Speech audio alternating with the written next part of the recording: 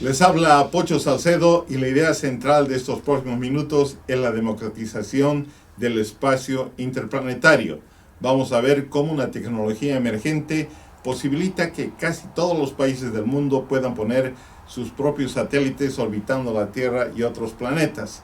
Damos la bienvenida a nuestra audiencia en el Cono Sur y a todos aquellos que nos acompañan de costa a costa en los Estados Unidos de Norteamérica, Hawái y Puerto Rico. Una vez más, invitándolos desde el Estudio 3 aquí en Nueva York a esta caminata que va más allá de los titulares. Bienvenidos al ADN de las noticias.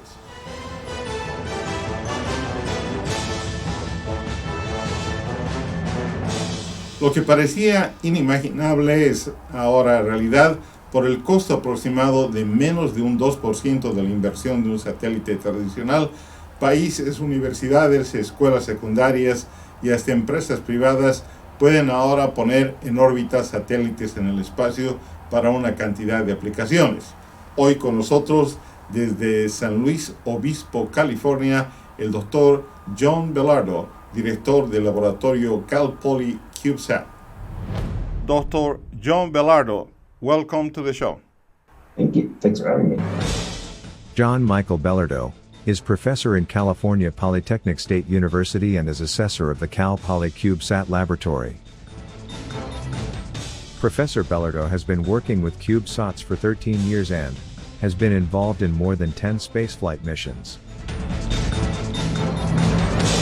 Dr. Belardo, this is a very interesting topic, and just to start approaching this new technology to many of us, let's talk about what is the existing standard technology, the time, money, and energy that is needed to build and launch traditional satellites. Historically, the majority of the satellites have been the size of a bus, right? So it's a very large, on the order of 5 or 10 years sometimes to design, test, develop the spacecraft. When you're working on something for so long, it ends up being very expensive. So it could be as much as, $750 million or so to put one of those together. So they end up being very large, very time consuming, very expensive. And then because they're so large and expensive, the companies that are developing them have a very, very low risk. They don't want to take any risks or any unnecessary design decisions that would result in potentially the spacecraft not being able to perform its mission when it's on orbit. Right? So you end up in this paradigm where it's very expensive and very risk adverse. And so you end up not being able to do a lot of technology experimentations. You really basically say, golly, we know how to build these communication satellites that are very robust. So we're going to build a large communication satellite and launch it, and we know it's going to serve the purposes for internet access or for allowing communication with ships out when they're in the middle of the ocean, away from other ground-based infrastructure. Right? So that's historically how a lot of the satellites have been designed and built. What is a CubeSat? How did the technology come about and its impact on science and the exploration of space? Why is it possible that a cube of 10 by 10 and 10 centimeters, about 4 inches, can have such an array of capabilities? Yeah, so CubeSats were originally envisioned basically as an educational tool, right? Because these really large spacecraft were so risk adverse. They were hard to use to train students in the appropriate techniques to build a CubeSat, or to build a satellite rather. So your university experience was not very hands-on. It was more theoretical. This is what you should do when you get out and build a satellite. And even when you started at one of the space companies, you weren't necessarily allowed to, touch the flight hardware or work directly with the flight hardware from the beginning. Right? So the CubeSats were envisioned as a very rapid way to build a spacecraft, and the spacecraft itself would be inherently higher risk, but it would be a whole lot cheaper and the schedule would be a lot shorter until we could have student involvement and they could use that to learn and expand their skill set before they went out to work in some of these aerospace firms. Right, so as you mentioned, one new CubeSat is 10 by 10 by 10 centimeters for illustrative purposes, I have a little cardboard model here in my office, and you can see, a 1U CubeSat does indeed fit in the size of my hand. Right? One of the key enabling technologies for CubeSats wasn't the form factor itself in the standard. It was actually in the launch capability. And so one of the early challenges was finding rockets that were willing and able to take these small satellites up to orbit as secondary payloads. So not the primary payload, the CubeSats aren't the one that's really paying for the rocket. That would be cost prohibitive from a launch standpoint. So one of the roles that Cal Poly played early on was we developed the very first deployer for CubeSats. So we called that the Poly Picosat Orbital Deployer. We abbreviated that PPOD. And it would basically fit 3 of those 1U CubeSats into a container. And there's a spring in the bottom. When the rocket got to space, it would send a deployment signal to the container. The door would open up, and the spring would push those 3 CubeSats out just like a jack-in-the-box. Right? And so they just kind of get pushed out into space. So we developed the original deployer, and we worked to secure a number of the original launches. Right? So now, the current state, NASA is facilitating a lot of the CubeSat launches, and you can get third parties as well that are more than happy to help you facilitate these launches. But early on, that opportunity just didn't exist. And so we work with a number of the launch providers in order to secure those spots to allow these educational universities and institutions to start deploying these satellites. As I said, the very first launches, a couple of launches we actually did were out of Kazakhstan over in Russia, because they were the ones that were willing to accept our deployers on, despite the fact that they're considered higher risk. And then after it was demonstrated that the deployer kept the rocket and kept the primary payload safe, we were able to move to other launch vehicles, and we've flown on most of the US-based launch vehicles at this point. So we've gone from 0 CubeSats flown 15 years ago, and now there's probably 500 or 600, maybe thousands have been flown worldwide. So it's been very successful. So the dispenser was real key to finding the launch opportunities. And once the launch opportunities were there, it wasn't just universities that were interested, right? They were definitely interested from an educational standpoint, but then you get, NASA centers like JPL, organizations like the Planetary Society interested in doing science and tech demos that were looking at this, all these launch opportunities for CubeSat-sized spacecraft, and then really taking advantage of the launch opportunities to do a lot of interesting science and tech demos. So the CubeSat laboratory has a national and international role, sort of providing standards and best practices for the industry. Is that how the industry is coalescing around the standards and recommendations that you're making worldwide? Yes. So early on, when there was no standard, right, we developed the PPOD, and we satellite designers built to that particular standard. And since then, as CubeSats have become more popular, Cal Poly has continued to update the standard to reflect, change in restrictions. Very early on, there were restrictions in terms of, you couldn't have pressurized gas on board the satellite, on board the CubeSat, because that would be too much of a risk to the rocket. But as the technology has matured and people become more comfortable with it, that restriction has been relaxed a little bit.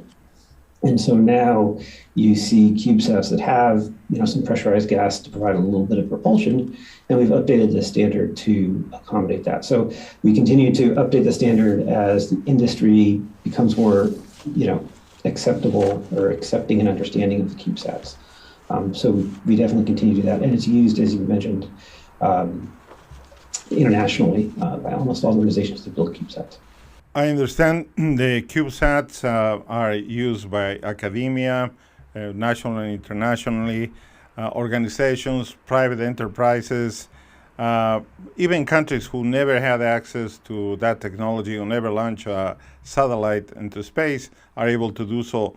In a way, this is democratizing the space exploration. What do you think is is the next step, the next development vis-a-vis CubeSats? So I absolutely agree with you that it's democratizing access to space. We've seen a couple of different examples here, right? So the first is our role facilitating launches early on in the development of the growth of CubeSats. We saw a number of spacecraft come through and be launched that from countries that were not spacefaring nations before, and their first spacecraft that they ever launched was CubeSat form factor, and that made them a spacefaring nation, because the other style of spacecraft was just too resource intensive for them to put together. On the other end of the spectrum, we've worked with a couple of different high school organizations here in the United States, one based out of Irvine in California, Southern California, and the other near Kennedy Space Center out in Florida, right? And so the educational impacts that were originally envisioned for universities and college level programs have been able to be applied to high school programs as well, which is great. In terms of developments going forward, the CubeSats, because they are so small, again, 10 by 10 centimeters, the traditional electronics that people were used to using in spacecraft just didn't fit, right? And so that forced all the developers to be more creative and look towards other non-traditional sources for their electronics and the sensors they put in the spacecraft. And as a result, you see a lot more off-the-shelf parts, things that you might find either in your car or maybe in your cell phone being used in the CubeSats because they actually fit in the low power as opposed to the other pre-existing alternatives. So one of the directions I see this going is that the form factor and the size of the CubeSats will drive, even further the miniaturization of the technologies that we use in space. And that's going to eventually flow down to other spacecraft where you can take either one of those bus-sized spacecraft that I was talking about before, and maybe use some of the more miniature technology and make it smaller. It's still going to be much larger than a CubeSat, but you might be able to do the same job, with a smaller spacecraft. Or you might be able to, for example, there's this middle range of spacecraft commonly referred to as small sats. You may have heard of, say, Starlink or OneWeb, that are building constellations of these communication satellites. They fall more in the, I want to say 200 to 300 kilogram range in terms of weight. The CubeSats here, the 1U is limited to 1 kilogram. So that gives you a rough idea about how much bigger they are. And they benefit greatly from, so they're larger, but they still benefit from the miniaturized technology, because they can do a lot more in that same volume than they could have, say 10 years ago. So I see the CubeSat still being able to drive the technology development, in addition to being able to do interesting science on their own and serve as a good educational tool for students in universities and other institutions. We'll be right back, take a short pause, and we'll talk more about this extraordinary technology and what other applications exist, and looking at deep space exploration. Well, there's a lot more coming in the show. We'll be right back.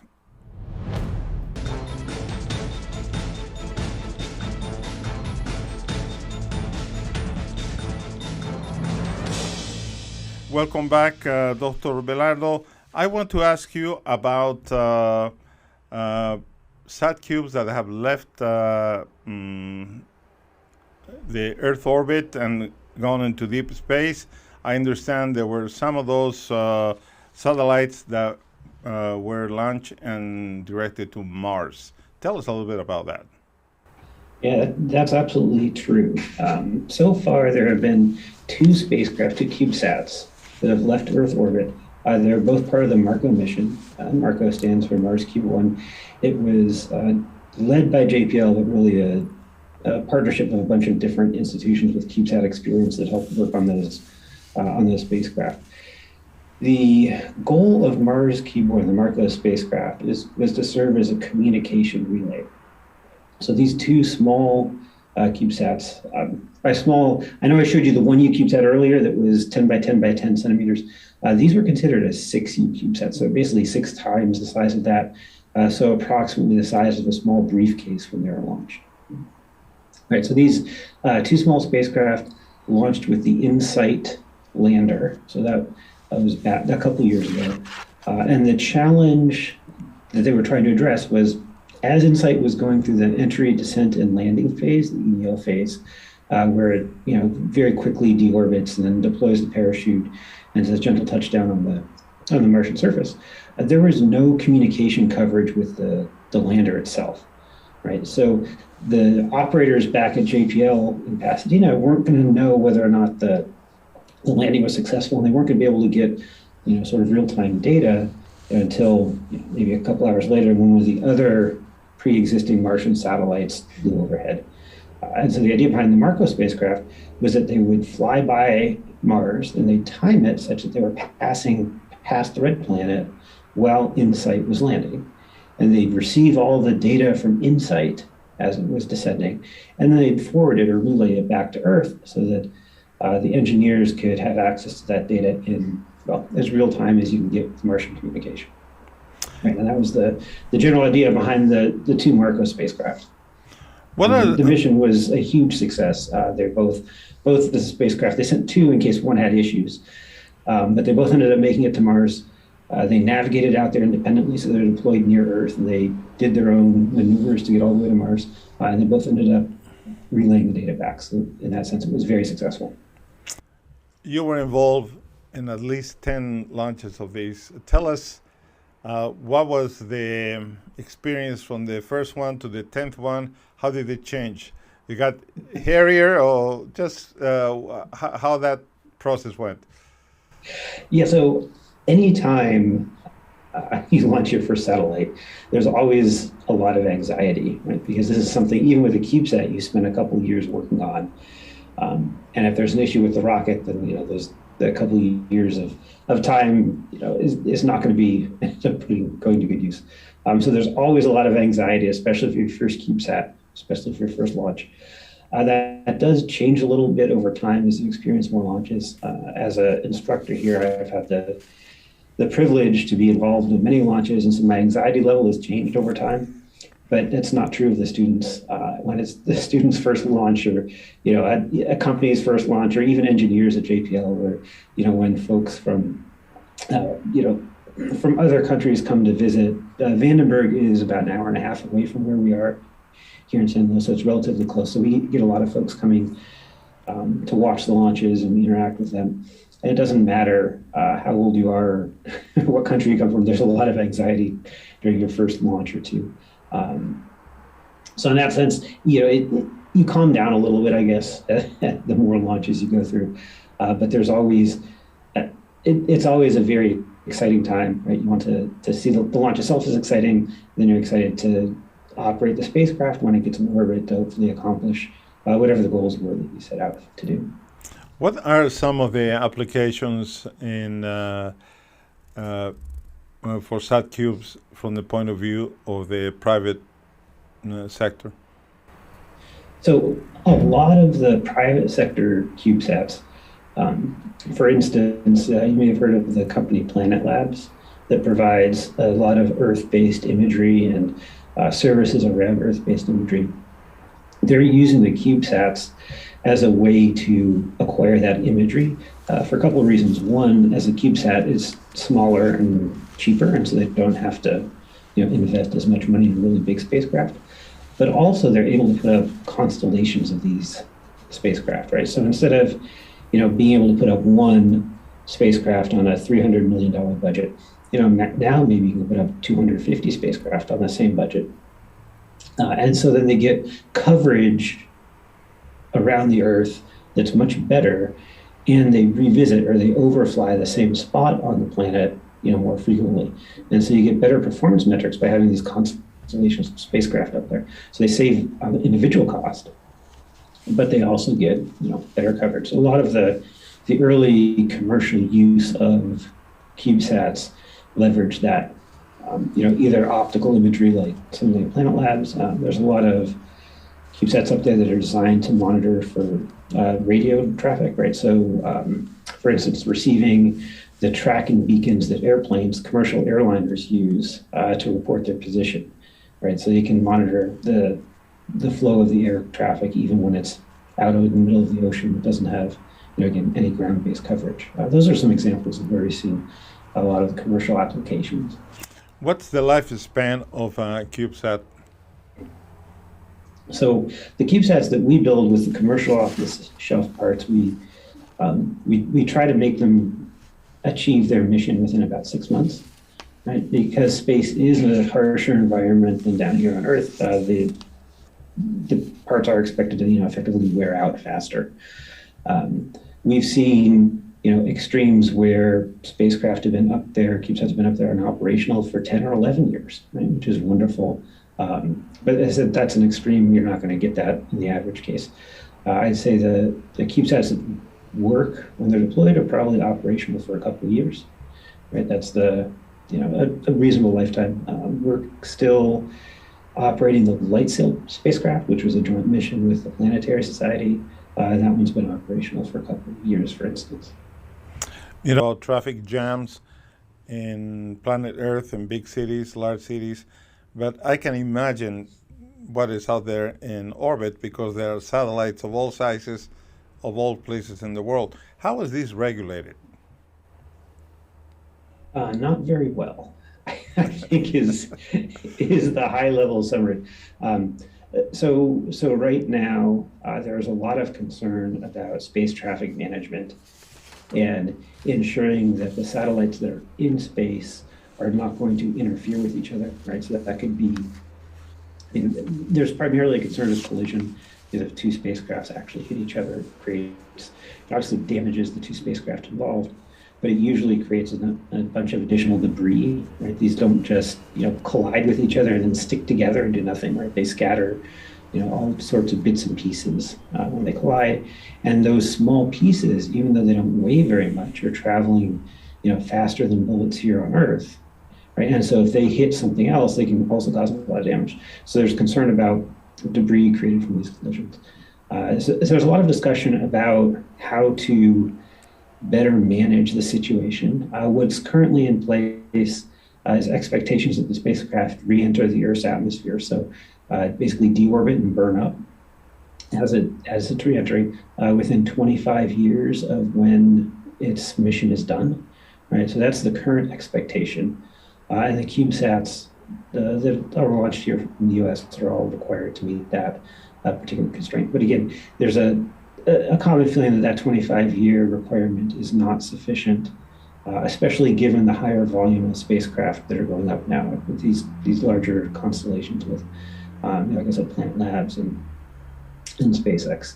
And if you're interested in, what maybe a traffic jam in space looks like, there's a nice video from a rocket that was launched out of India a couple of years ago that deployed like 110 different spacecraft, right? And you can just watch the deployment video and these things just keep coming off and off and off. And it almost looks like you can walk on the spacecraft out a ways. So if you're interested in visualizing what it might look like when it's crowded up there, you can probably find that on YouTube or somewhere. In your generation, you were a young guy, and how did this interest for this area of technology started with you, and how do you see over a period of time the development and the interest in your students who are more aware of this technology? They are born probably already with a cell phone or some device in their hands when they were very young. So tell us a little bit about where you came from and what you see with the young people today. Yeah, absolutely. So my background is in computer science. I have my PhD in the area of basically networking. And the classes I teach here at Cal Poly are all computer science classes. Though I had always been interested in aerospace. It was one of the careers I considered when I was picking where to go for university. And so when I got to Cal Poly and realized that they had this CubeSat program that was relatively young, but it was also relatively unique in that there's very few universities across the entire country, let alone world, that had a similar program. I thought it was a great opportunity to take what I know about computing, right, and apply it in a different area that I was also very excited about. Right? So that's how I ended up being involved with the CubeSat program here at Cal Poly. In terms of sort of younger generation, next generation coming up, we definitely see. I talked to a lot of students who are interested in Cal Poly specifically because of the CubeSat program, so they've heard about it. They come to visit campus. They want to talk about it. They want to take a tour of the facilities in the lab. That's relatively new, right? And I'm sure it applies not just to Cal Poly, because there's a number, at this point, there's a number of other institutions across the U.S. that have a sort of a standing CubeSat program. So that part's interesting. A lot of times by the time somebody's applying to a university, they've already either been really excited by the technology and being able to use it and apply it in new ways, or they've decided that the technology isn't for them. So I don't see as much of the CubeSat, influencing, let's say, a senior in high school as much as it does, you have somebody in middle school and say, oh, a CubeSat, oh, one of my high school friends was able to build this. This is exciting. I want to get involved. Thank you very much again. You're very welcome, and thanks for having me on the show. I definitely enjoyed it. Thank you.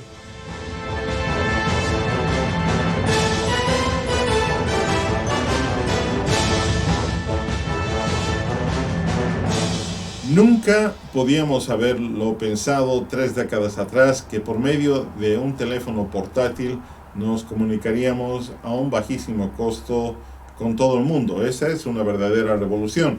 En ese proceso se encuentra la tecnología satelital. Ahora ella es accesible a una gran parte de los países en el mundo. Uno puede construirlos, lanzarlos al espacio y diseñarlos para aplicaciones especiales, todo en un cubo de 10 centímetros o 4 pulgadas de lado. Países que nunca soñaron tener su programa espacial y tecnología satelital ahora lo tienen. El espacio se ha democratizado tanto que hasta escuelas superiores ya están construyendo sus propios satélites. Gracias por permitirnos ser parte de su día. Hasta la próxima oportunidad, cuando desde el Estudio 3 de Nueva York pongamos a su consideración otra edición del ADN de las noticias.